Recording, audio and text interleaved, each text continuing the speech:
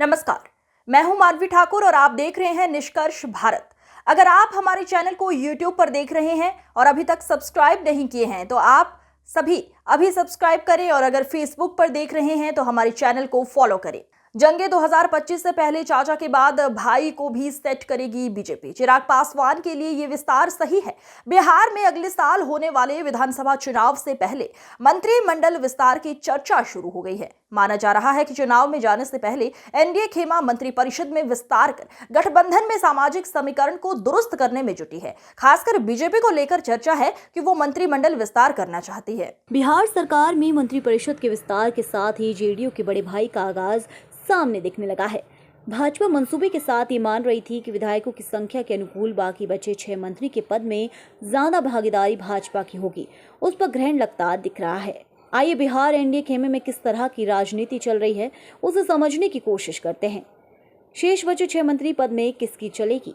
राजनीतिक गलियारों में इस बात पर तो विराम लग गया है कि अब भाजपा विधायकों की संख्या बल के अनुसार 6 में 4 मंत्री पद ले जाएंगे। वहीं अब उम्मीद है कि मैक्सिमम हिस्सेदारी 3 जदयू और 3 भाजपा के बीच बटेगी।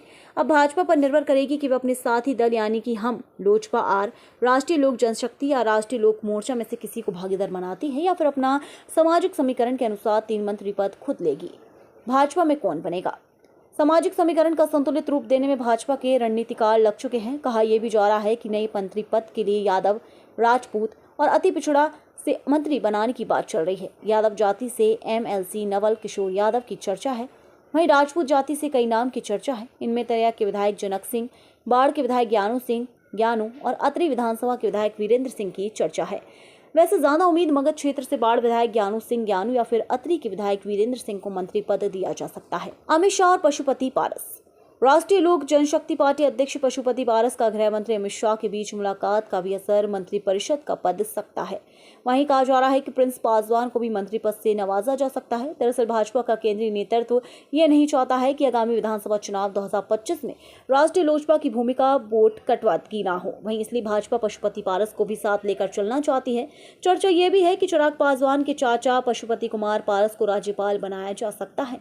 अब अमित शाह और पशुपति पारस के बीच समझौता बिंदु क्या बना है ये देखना विशेष है।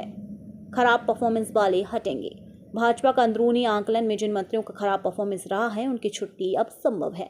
ऐसे में खेल मंत्री सुरेंद्र मेहता और गन्ना मंत्री कृष्ण नंदन पासवान पर गाज गिर सकती है। इनके बदले इनकी जाति से ही किसी युवा को मंत्री बनाया जा सकता है। सितंबर के अंत तक होगा विस्तार।